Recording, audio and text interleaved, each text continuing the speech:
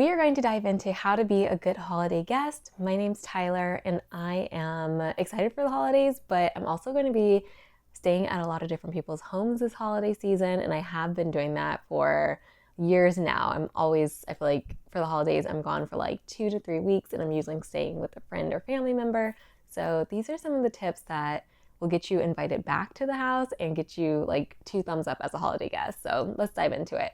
My first tip is, if you have a space, like if you're staying in a guest room or something, please tidy up. Like every single day, tidy up behind yourself.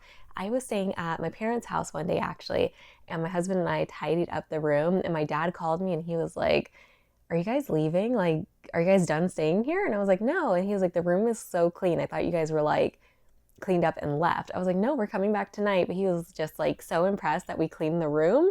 And I feel like maybe not all guests do that, but that's just a way to keep your space clean, keep the host space clean. And I feel like it's very respectful to like not just dirty up the room you're staying in. So as much as you can, like try to tidy up, make the bed, like keep your belongings together. And I wasn't always like this. I wasn't really a guest at someone's house, but I was a guest at a hotel room when I was like still in high school. And I remember the room being like crazy. Like me and my friend were all spread out, like our stuff was everywhere. And then I had another friend who was nice and tidy. You could tell like she probably wasn't super uncomfortable dealing with our mess. And I feel like you shouldn't make someone uncomfortable, especially if you're a guest in their home. Like don't be messy, stay tidy. Also, I have a cold, so if I sound stuffy, that's why. Okay, my next tip is come with a gift. Showing up empty-handed is not really a problem, but it's very kind and very thoughtful to show up with something in hand. So I'm from LA, so I will be showing up to the people's homes this time around with treats that I can only find in LA, or like that they can't get at. You can't only find the treats I'm talking about the one I'm going to mention, you can't only find in LA. It's also in New York, I think, but they can't get it in Vegas where I'm going. So I'm going to be showing up with treats from Magnolia Bakery. I'm going to show up with some banana pudding. It's going to be a nice surprise.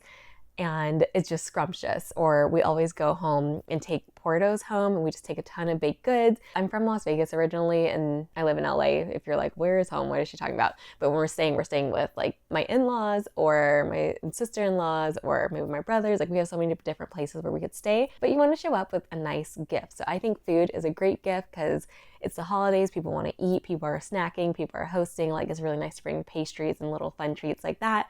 Or you can come with like, I don't know, like a cute book, a candle, a plant, like something like that. But I want to receive treats all the time. So I like to give treats all the time.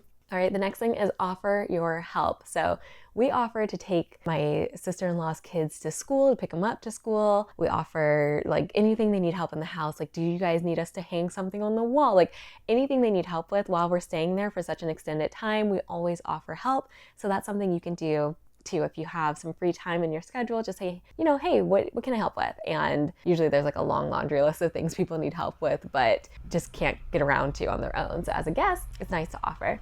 Always communicate your plans with the host. Like it shouldn't be when are they leaving? Are they leaving yet? Like you should let them know when you're arriving and when you plan to leave. And if the plan changes, let them know like, hey, is it okay if I stay a little bit longer? Like just communicate. It shouldn't be like they're still here and like you didn't say anything. Just communicate. And even if you're like going out to go hang out with friends or dinner, like just say, hey, like I'm going out tonight. Just tell them your plans for the day and for your whole trip. You don't have to like tell them every single detail, but just give them a heads up. Like this is what I'm doing. And I think that's very kind and thoughtful to do. The next one is be engaged. So as much as some people want to just lock themselves in the room and stay away from others and like have their privacy, like it's also good to be a part of the community and like play games with the family, like hang out with the family, talk to the family, have dinner with the family, like be active and engaged in the conversations. Like don't just be on your phone and don't be locked away, like really be a part of the community.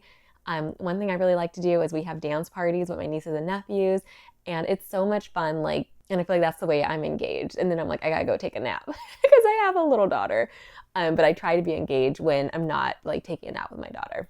Okay, another thing that we like to do that I know some people might not do, but I think it's always like very appreciated is if you offer to take care of dinner one night. So that means that you can either offer to cook dinner, you can offer to buy dinner, like you can get pizza for the family. Like I feel like that is such a thoughtful thing to do as a guest and totally unexpected to do and not like a requirement.